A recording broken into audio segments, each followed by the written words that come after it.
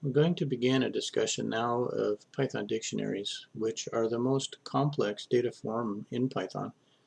And in a way, however, they're quite similar to lists and to tuples because they have these values, just in the way that lists and tuples have.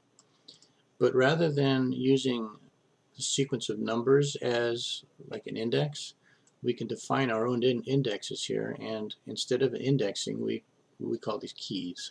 So actually they're quite similar, but you'll see how they can be much more powerful. Let's run this simple dictionary and see what we get out of it. Right, so it prints this key, and then there's a colon, and then there's the value. And now we've seen these before in some of our examples that we ran in the course above, but if we want to see only the keys in a dictionary, we just use the .keys function here, and if we run this, it tells us first key, second key, and third key. Those are the keys of this list. If we want to see only the values, we can use the values function and really get a similar result. And if we want to call any specific value, we can use the square bracket notation, just like we did with lists. Instead of using the index identifier, we simply use the key identifier, and this is going to get the value 2 because 2 is in the value of the second key. All right, so that's a brief introduction. Here we're going to look at a bit more of a complex dictionary, and let's first examine what's going on here. Key 1 is a string value, and the second key we're calling list key, and that's a list value, right? So inside this list then we have some integers and some strings in an actual list.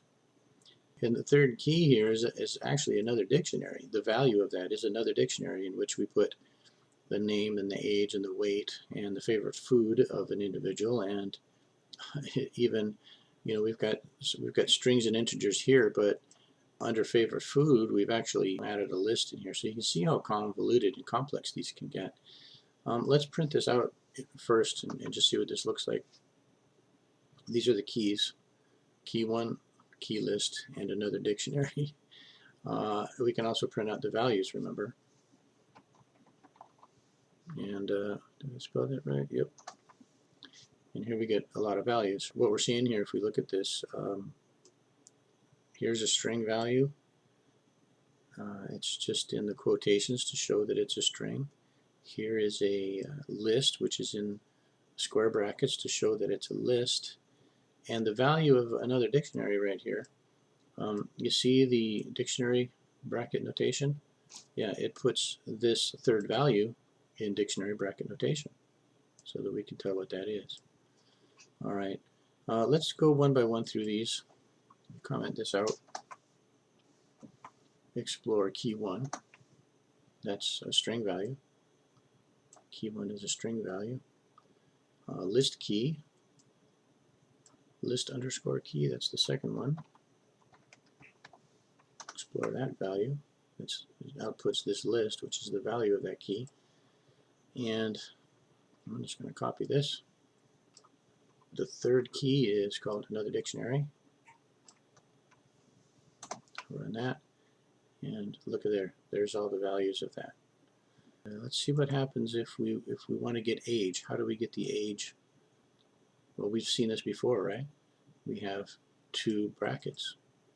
So we're going into the D1 dictionary, and into the value of that dictionary is another dictionary, and into the value of that second dictionary we grab the age key, and that gives us the age of Bob.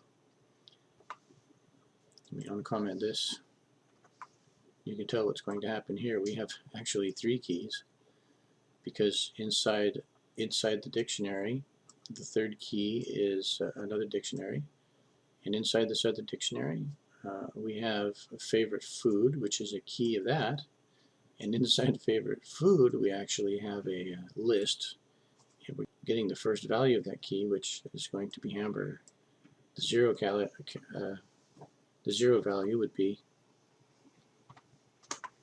pizza, and the second value obviously would be candy bar. We can check if a value exists in here. Let's print this out. Yes, key 1 is in here. Is key 2 in here? Nope, it's not here. Is another dict in here?